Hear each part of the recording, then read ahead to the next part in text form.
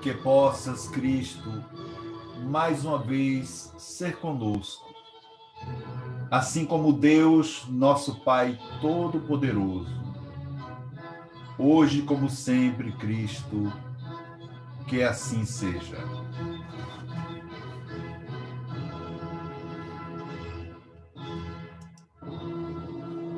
Nessa noite, nessa tarde e noite, nós vamos acompanhar o nosso Rodrigo expondo o tema Deixai aos mortos o cuidado de enterrar seus mortos.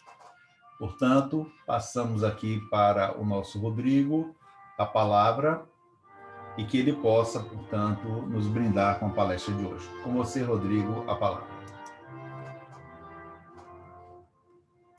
Obrigado, Rui. Boa noite a todos e todas.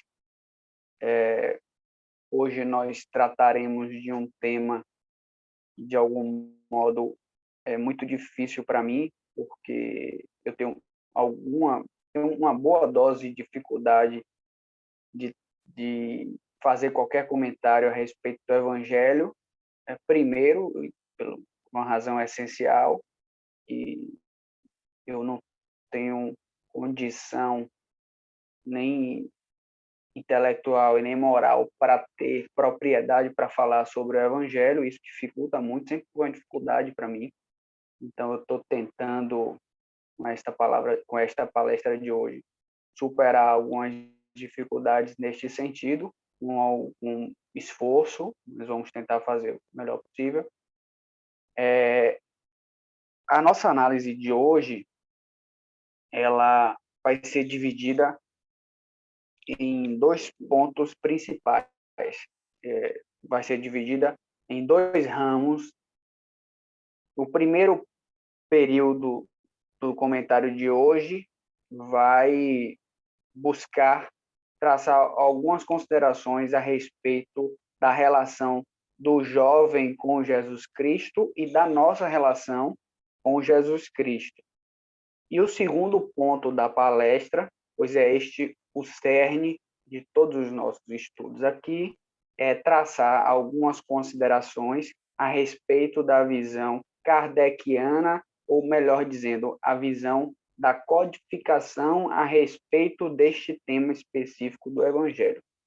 Então, o ponto principal para que a gente possa, a partir daí, ou seja, o ponto inicial para que a gente possa compreender os dois ramos da nossa análise de hoje é a topologia, a localização do tema de hoje.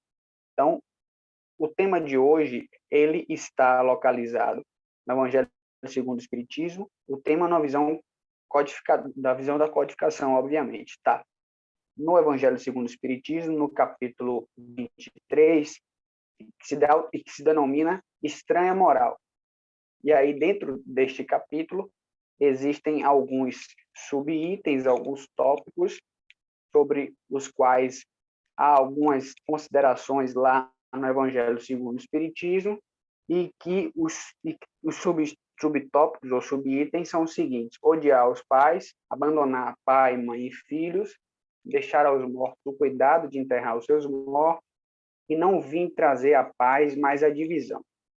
Então, a análise inicial, para a partir daí a gente traçar considerações diferentes a respeito da visão sobre este tema, é preciso que compreendamos que a moral do Cristo, para nós, é uma moral estranha, no sentido de que ela vai de encontro, e não ao encontro, ela vai de encontro a tudo aquilo que temos como noção de moral, porque a nossa visão de moral é uma visão absolutamente conectada, primeiro, com a nossa condição intelecto-moral, e isso, de algum modo, já consegue deturpar a nossa visão a respeito do que é ético e do que é moral, e, sobretudo, porque a nossa visão é muito materializada a respeito de todos os aspectos das nossas vidas, e com a moral não é diferente. Já a visão do Cristo a respeito do que é ético e do que é moral é uma visão absolutamente dissociada da influência da matéria e de tudo que gira em torno dos elementos materiais que tanto nos influenciam. É por esta razão que a nossa análise a respeito da moral do Cristo é uma análise enviesada, porque a gente não consegue compreender de fato o que é esta moral do Cristo, porque nós não conseguimos vivenciá-las e também porque não temos boa vontade para vivenciá-la. Essa estranha moral do Cristo, ela é estranha para a nossa condição de subdesenvolvimento intelecto-moral, mas esta é, em essência, a moral verdadeira. Na prática, a moral estranha é, de fato, a nossa, porque é esta visão moral que nós temos que não tem nenhuma relação com aquilo que o Cristo entende como de valor, como ético e como moral. Percebam? Então, vamos traçar algumas considerações, primeiro, a respeito da relação do jovem e, consequentemente, da nossa relação para com o Cristo, para depois arrematarmos, repito, uma visão estritamente doutrinária apegada à codificação. Não que esta visão da relação do jovem com Cristo, da nossa relação com Cristo, não seja uma visão doutrinária. Ela é, porque o Espiritismo, essencialmente, é uma visão cristã a respeito daquilo, digo, na essência, com características diferentes, com linguagens diferentes, mas o espírita, ele é essencialmente um cristão. Assim está na codificação. Vamos lá. Ao jovem, Jesus disse, segue-me, mas ele disse, Senhor, permite-me que vá primeiro sepultar meu pai. Rodrigo, Oi. quando você quiser que eu exiba o slide, por gentileza, me oriente, tá bom? Perfeito, tranquilo, Rui, desculpa. Pode deixar nessa tela inicial aí, onde está. Depois, o que eu vou falar agora não está no slide. No slide eu coloquei a codificação para ficar algo mais materializado, algo mais sedimentado. Vamos lá. Então, Jesus falou, segue-me, ao jovem, mas ele disse, Senhor, permite-me que vá primeiro sepultar meu pai. Mas Jesus respondeu, segue-me e deixa que os mortos enterrem os seus mortos. Tu vai e anuncia o reino de Deus. Está lá em Lucas 9, 57 a 60, Mateus 8, 19 a 22. Enfim, essa atitude do jovem perante o Cristo, ela tem uma conotação muito específica, que é um ponto que é muito característico da nossa relação com o Cristo e também da nossa relação com a própria doutrina, já que aqui estamos fazendo uma análise doutrinária a respeito do tema. É uma relação de vacilação. O próprio mestre, ele dirigiu o convite ao jovem, siga-me ou segue-me. E aí ele pediu para que ele primeiro fosse sepultar o pai. E aí o Cristo, ainda assim, não satisfeito com esta negativa, embora não pareça ser uma negativa, insistiu, me siga ou segue-me, deixa que os mortos enterrem os seus mortos. E aí existe a discussão a respeito daqueles que se propõem a estudar o Evangelho, se nesta passagem especificamente, se o pai do jovem já se achava morto, já se encontrava morto de fato, ou se ele estava em uma situação pré-morte, gravemente enfermo, e aí, neste caso, se ele estivesse gravemente enfermo, este pedido do jovem para que fosse sepultar o pai seria, no caso, um sepultamento futuro, e isso evidenciaria um desejo do jovem de não seguir Jesus Cristo mesmo, porque aquilo demandaria um tempo até chegar à morte do pai dele, e que após isso ele se sepultaria e Jesus Cristo não iria esperá-lo. Mas a maioria dos estudiosos do Evangelho, obviamente, entende que, de fato, já existia a morte daquele pai do jovem, e que isso, quando o jovem pediu a Jesus Cristo um tempo para sepultar o pai, de fato, seria apenas um dia para o sepultamento, um tempo, portanto, exíguo, pequeno, mas que, mesmo assim, em ambas as situações, há uma evidente vacilação do jovem quanto ao chamado do Cristo. De fato, aqui, parecia um pedido legítimo prestar assistência aos pais e sepultar os mortos, que eram atitudes absolutamente louváveis, como são nos dias atuais e eram também na época, na sociedade da época, na visão religiosa da época. E era um costume altamente praticado. Inclusive, o jovem ele tinha a condição de ser dispensado das orações e das suas obrigações diárias para estas necessidades, de cuidar dos pais e de praticar o sepultamento. Mas, mesmo assim, mesmo sob esta ótica, Jesus Cristo ele não quis reconhecer a legitimidade desse pedido. Percebam que Jesus ele não analisou a legitimidade do pedido.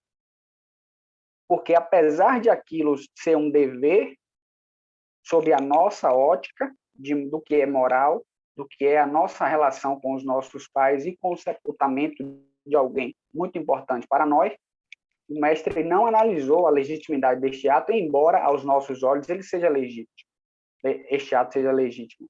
Mas a visão de Jesus Cristo é uma visão infinitamente mais profunda do que a nossa visão. Isso é importante que tenhamos em mente. O que é que acontece? No caso dessa chamada dirigida pessoalmente por Jesus Cristo ao jovem, ao rapaz, só uma resposta seria adequada. Seria aceitação imediata, sem nenhuma demora, sem nenhuma postergação por qualquer outra tarefa. E isso serve para nós também, quanto aos chamados de Jesus Cristo e aos chamados da doutrina. Embora, repito, seja um pedido legítimo, naquela circunstância era condenável, porque significava uma negativa a Jesus Cristo. Ou seja, mostrava o apego do indivíduo a valores que não eram conectados aos valores defendidos por Jesus Cristo e praticados por Jesus Cristo. É essa a questão. A construção dessa frase, deixai aos mortos que enterrem os seus mortos, ela é muito problemática sobre os nossos olhos, né, aos nossos olhos, melhor dizendo. Na prática, Jesus quer dizer que para sepultar, aqui esta análise neste sentido, deste ponto, que para sepultar os cadáveres materiais, os corpos materiais, já tem sempre gente suficiente para isso. Mas para seguir Jesus Cristo e para entrar no reino de Deus, no reino dos céus, é preciso que haja um esforço e um devotamento em seguir o Mestre. Ou seja, para estas tarefas do mundo já tem gente suficiente, mas para me seguir, são poucos que me seguem, porque exige uma dedicação exclusiva a Ele. Ele pouco estava preocupado com qualquer problema que você tivesse que fosse conectado aos valores que existem aqui neste planeta. Porque, repito, ele não vivia isto aqui. Ele vivia isto aqui por uma necessidade reencarnatória, não necessidade de prova ou de expiação, muito longe, necessidade missionária. Então, ele teve que estar aqui sofrendo a dificuldade de viver entre nós aquele ambiente absolutamente hostil e dissociado da condição de Jesus Cristo, intelecto ou moral. Mas, mesmo assim, quanto aos aspectos mais corriqueiros, ele viveu isso, vivenciou isso. Mas, quanto aos aspectos mais filosóficos, mais profundos, o Cristo não vivia este reino, vivia outro reino. É por isso que ele exigia de nós aquilo que ele sabe que deveria ser dado, porque é este o pedágio para se entrar no reino dos céus. Não há possibilidade de seguir Jesus Cristo com o pé onde ele caminha, com o pé onde outro caminha, porque não dá. ou você segue, ou você seguia Jesus Cristo. Perceba que é uma relação de imposição. Ou é assim, ou não é. Não há meio termo. Não há possibilidade de se fazer um jogo duplo. Eu te sigo, mas estou apegado aqui. Não, assim eu não quero. Ou seja, se é para fazer aquilo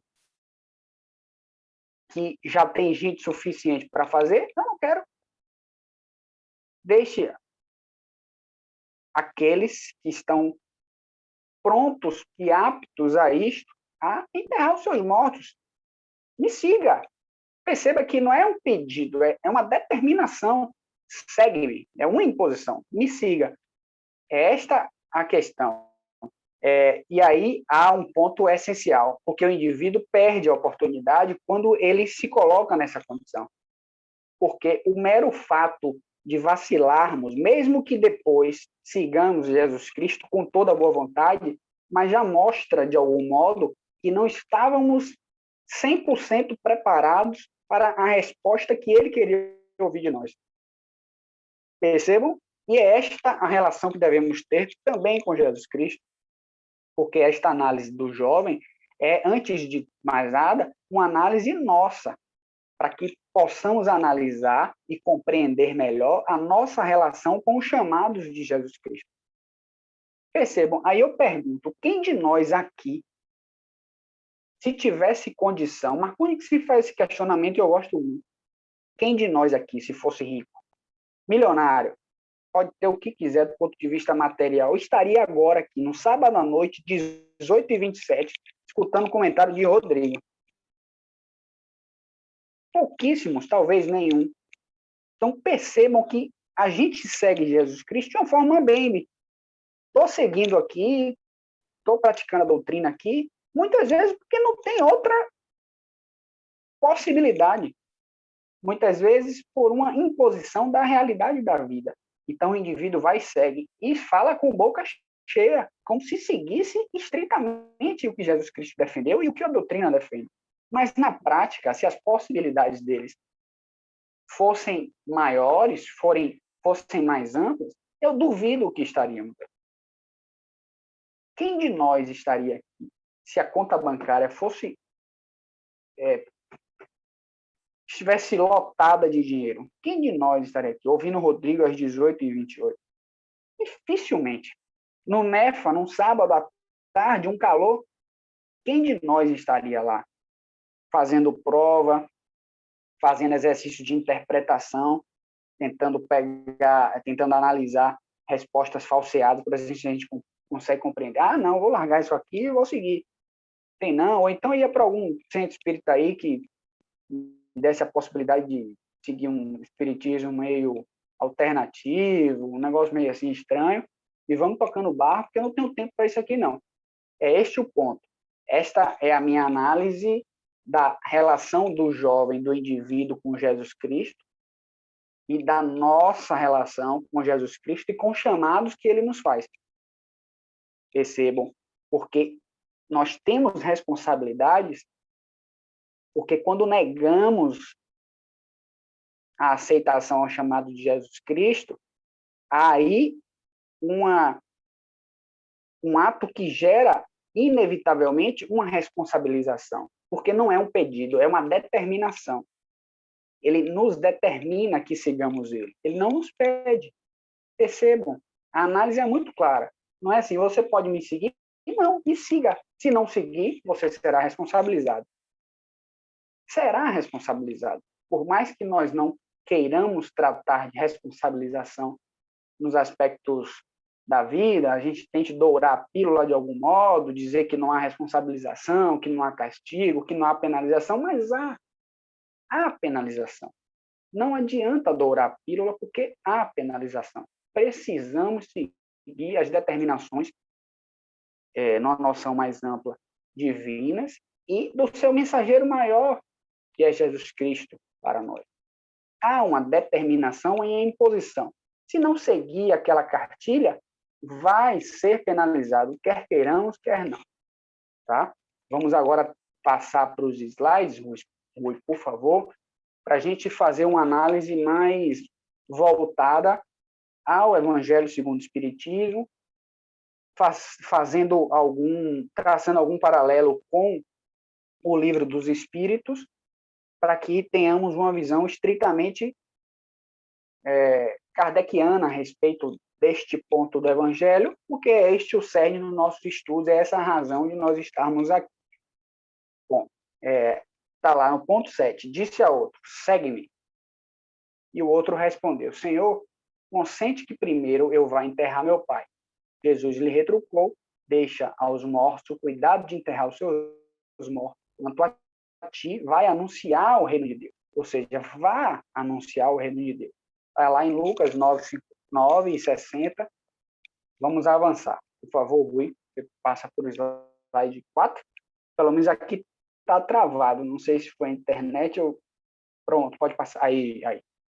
E aí vamos para o Evangelho segundo o Espiritismo, tá? O que podem significar estas palavras? Deixar os mortos o cuidado de enterrar seus mortos. As considerações precedentes, ou seja, as considerações dentro do mesmo capítulo, mas em subitens diferentes, e aí nós vamos analisar isso para compreender este subitem, este tópico. Elas mostram, em primeiro lugar, que nas circunstâncias em que elas foram ditas, em que foram proferidas pelo mestre, não podia conter e não continha, de fato, qualquer censura aquele que considerava um dever de piedade da relação paterno-filial, de ir sepultar seu pai. Obviamente, isso é louvável aos nossos olhos, mas a visão profunda do Cristo, ele vê aquilo que nós não vemos. Elas têm, no entanto, um sentido profundo que só o conhecimento mais completo da vida espiritual podia tornar perceptível. Por favor, Rui, vamos agora analisar os subitens precedentes. Percebamos que nós estávamos aqui no subitem 7, que é deixar os mortos, cuidar de enterrar seus mortos, lá do Evangelho segundo o Espiritismo, e vamos voltar e analisar odiar pai e mãe, como este aqui, por exemplo. Como nas suas pegadas caminhasse grande massa de povo, Jesus, voltando-se, disse-lhe, se alguém vem a mim e não odeia a seu pai e a sua mãe, a sua mulher e a seus filhos, a seus irmãos e irmãs, mesmo a sua própria vida, não pode ser meu discípulo. E quem quer que carregue a sua cruz e me siga, não pode ser meu discípulo. Assim, aquele dentre vós que não renunciar a tudo o que tem, não pode ser meu discípulo. Lucas 14, 25, 27 a 33. Aquele que ama seu pai ou sua mãe mais do que a mim, de mim não é digno. Aquele que ama seu filho ou a sua filha mais do que a mim, de mim não é digno. Mateus 10, 3, 7. Percebam que a visão que o Cristo tem é uma visão muito profunda a respeito, inclusive, daquilo que a gente entende como moral. Ele entende como que não é moral. Porque, por mais que se configure um dever de piedade filial aí, e aqui eu nem vou traçar considerações a respeito da acepção da palavra odiar, porque na tradução, na limitação do vocabulário, esta noção de odiar não é a noção de odiar propriamente dita, aqui nós temos, nem vou tratar disso. Vamos avançar para a gente compreender os outros pontos precedentes ao que a gente está estudando. Ponto 4. Aquele que houver deixado pelo meu nome sua casa, seus irmãos, suas irmãs, seu pai ou sua mãe, ou sua mulher, ou seus filhos ou suas terras, receberá o cêntuplo de tudo isso e terá por herança a vida eterna. Mateus 19, 29. Aí eu indago, quem de nós faria isso? Muito provavelmente nós estamos aqui trabalhando no NEFA porque nenhum parente nosso estabelece uma imposição para que nós não trabalhemos aqui pelo NEFA. Eu tenho certeza que se alguma pessoa que fosse cara, que seja cara para nós, se esta pessoa estabelecer alguma imposição no sentido de que eu não vou aceitar que vocês sigam o NEFA, eu tenho certeza que muitos de nós não seguiriam. Porque é esta a nossa visão. A gente só segue o Cristo quando aquele ato de seguir a Jesus Cristo ou a doutrina não impõe para nós uma necessidade de limitar o nosso exercício do nosso gozo material e das nossas relações que são aqui terra a terra. Vamos lá, no ponto 5. Então disse-lhe Pedro, Quanto a nós, vês que tudo deixamos e te seguimos. Jesus lhe observou: digo-vos em verdade que ninguém deixará pelo reino de Deus sua casa, ou seu pai, ou sua mãe, ou seus irmãos, ou sua mulher, ou seus filhos, que não receba já neste mundo muito mais, e no século vindouro, a vida eterna. Lucas 18, 28 a 30. E para finalizar, disse-lhe outro: eu te seguirei, mas permite que antes disponha do que tenho em minha casa. Jesus lhe respondeu: quem quer que, tendo posto a mão na charrua, olhar para trás, não está apto para o reino de Deus. Lucas 9, 61 e 62. Então, pela análise dos subitens precedentes, antecedentes ao que estamos analisando aqui agora, conseguimos compreender que esta visão estranha aos nossos olhos que o Cristo tem a respeito do que ele entende por moral e por seguir ele, não é uma visão em que ele critica os atos que são louváveis, mas é porque ele entende que aqueles atos, apesar de serem louváveis, eles retratam uma inclinação a não seguir os ensinamentos do mestre como deveríamos seguir. Percebam. Então, vamos seguir para o Evangelho segundo o Espiritismo. O que não está em itálico é o Evangelho segundo o Espiritismo. O que está em itálico é o Livro dos Espíritos, lá na introdução. Vamos lá. A vida espiritual é, como efeito, a verdadeira vida é a vida normal do espírito, sendo-lhe transitória e passageira a existência terrestre, espécie de morte se comparada ao esplendor e a atividade da outra vida, que é a vida espiritual. E aí vamos analisar agora a introdução, o item 6 de O Livro dos Espíritos, para que possamos compreender a incrível capacidade que Kardec teve de codificar tudo isso sem deixar antinomias, sem deixar contradições em tantas e tantas páginas da codificação. Ele conseguiu, com a sua capacidade, com as orientações dos espíritos, fazer uma codificação em que não há nenhum ponto em todos os seus textos que possamos analisar e dizer, não, aqui o Evangelho segundo o Espiritismo diz isso, mas o Livro dos Espíritos diz outra coisa em sentido contrário. Não há, em nenhum ponto. Então, vamos lá, a introdução em O Livro dos Espíritos.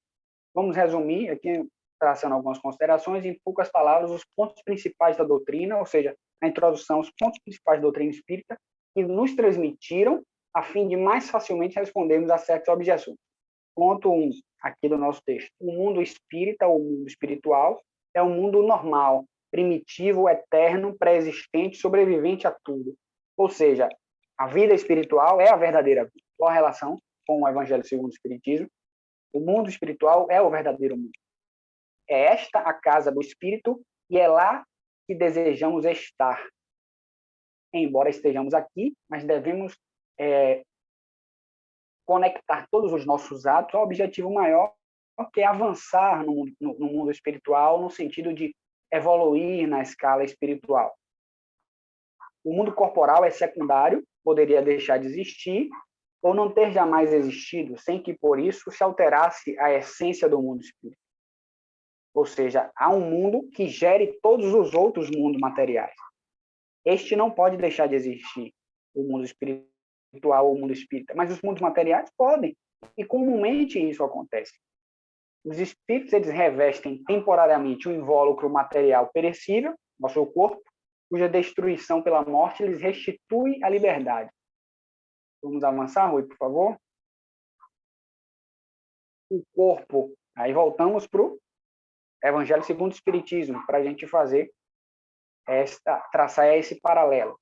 O corpo não passa de simples vestimenta grosseira que temporariamente cobre o espírito.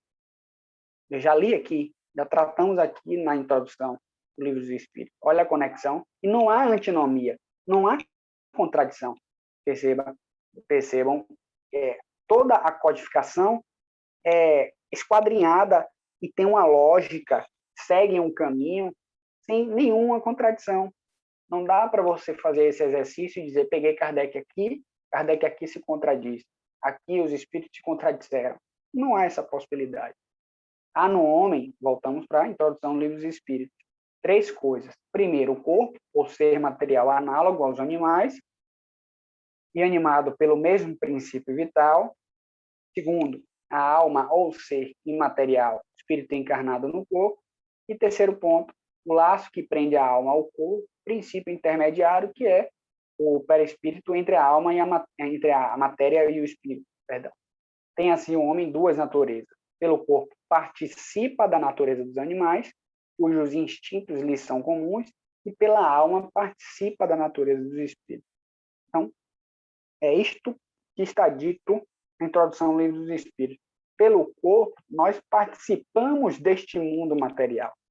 Então, se direcionarmos a nossa vida apenas ao corpo, estamos, consequentemente e inevitavelmente, direcionando os atos da nossa vida apenas para este mundo. Inclusive o ato de sepultar aquele corpo. Porque este sepultamento mostra um apego na essência do ato. Não, neste ato, através deste ato, nós não estamos aqui participando da natureza dos espíritos, nem do mundo espiritual, no sentido mais filosófico da análise, né? O laço ou perispírito que prende o corpo ao espírito é uma espécie de envoltório semimaterial, já tratamos aqui, do perispírito, e a morte é a destruição deste invólucro mais grosseiro. Ou seja, em realidade, a morte é para o indivíduo uma liberdade. A morte é para o indivíduo a possibilidade de ele vivenciar todas as suas condições, sejam elas mais ou menos evoluídas.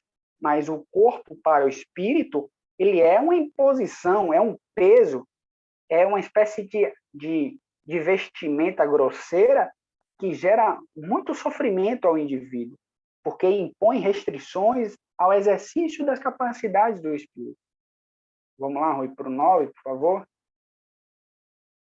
O respeito que, lá no Evangelho segundo o Espiritismo, aos mortos se dá, ou aos mortos se consagra, não é a matéria que o inspira. É pela lembrança do espírito ausente que o infunde. Ele é análogo àquele que se volta aos objetos que lhe pertenceram, que ele tocou, que as pessoas que lhe são afeiçoadas guardam como relíquia. Ou seja, a lembrança que se tem do indivíduo é do indivíduo e não do corpo dele. Este corpo é uma massa de carne que vai se deteriorar.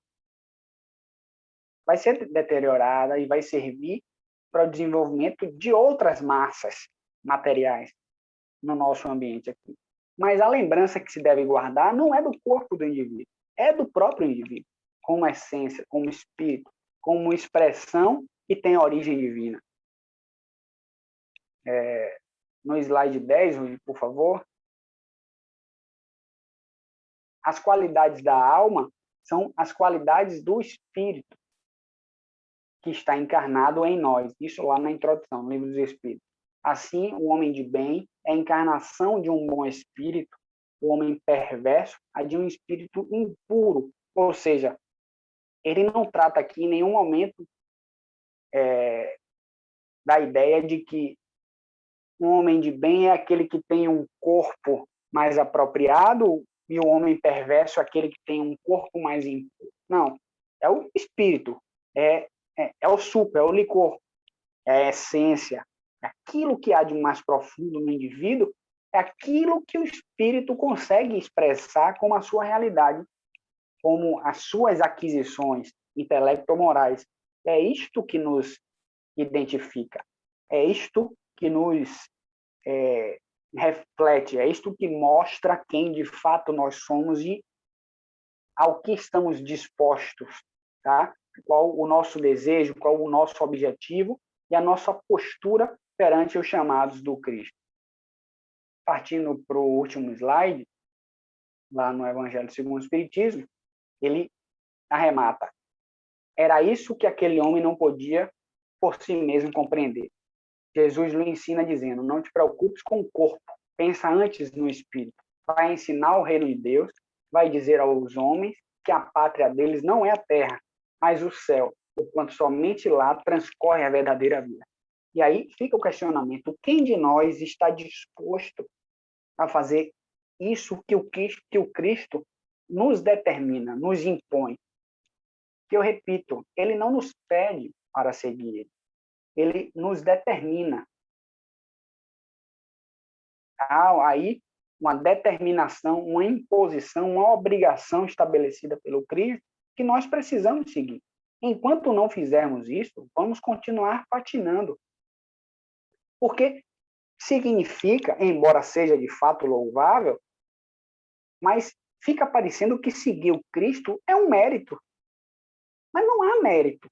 Há o mérito no sentido mais profundo da coisa, de dizer eu cumpro à risca as minhas obrigações, cumpro à risca os meus deveres perante o Cristo e perante as leis divinas, perante Deus, sobretudo.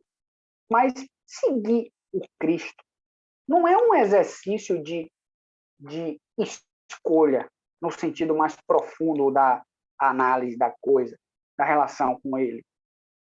Seguir o Cristo nada mais é do que cumprir à risca aquilo que foi determinado para nós.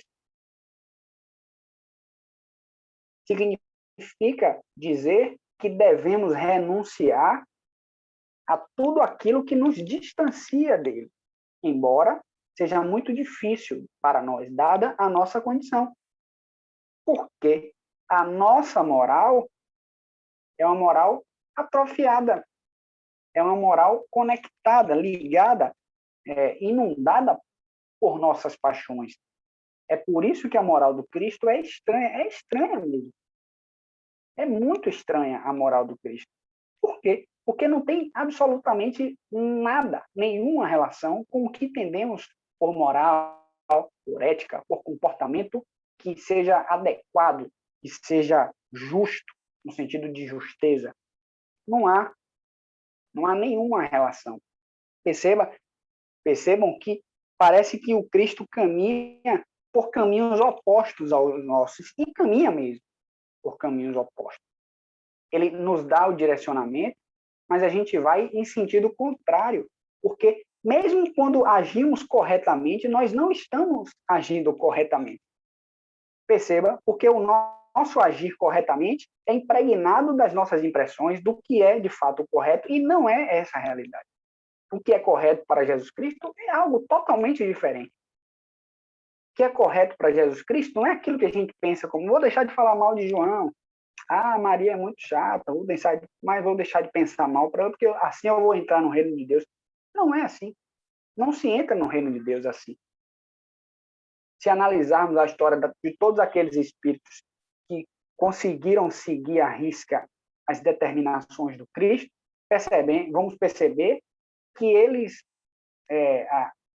a noção que eles têm de transformação de alma e de valores, uma noção muito mais profunda. Não é deixar de falar mal, não é deixar de pensar mal, falar palavrão. Enfim, é algo muito mais profundo, de mais valor, muito mais denso, e que exige uma renúncia do indivíduo. Se não houver essa renúncia muito intensa, não houver este massacre do nosso ego, para que possamos chegar a uma condição mais digna do ponto de vista intelecto-moral, não há. A gente vai continuar enterrando os nossos mortos. Percebam? Nós vamos continuar enterrando inundados por aqueles valores absolutamente materiais. Tá? E é um momento em que se exige muito de nós. Então, eu estando aqui, não é nenhum gesto de inclinação ao Cristo.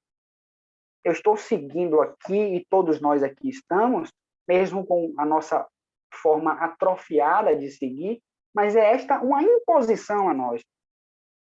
Não há a possibilidade, embora exista esta possibilidade, mas possa ser paradoxal, mas não há a possibilidade de não seguirmos ele, embora nós não sigamos. Mas há a possibilidade, mas terá responsabilizações. E terá, e normalmente tem responsabilizações, e são duríssimas, porque nós somos espíritos muito comprometidos e muito inclinados a não seguir a Jesus Cristo e não seguir as determinações divinas. Dessa forma, eu encerro a nossa análise de hoje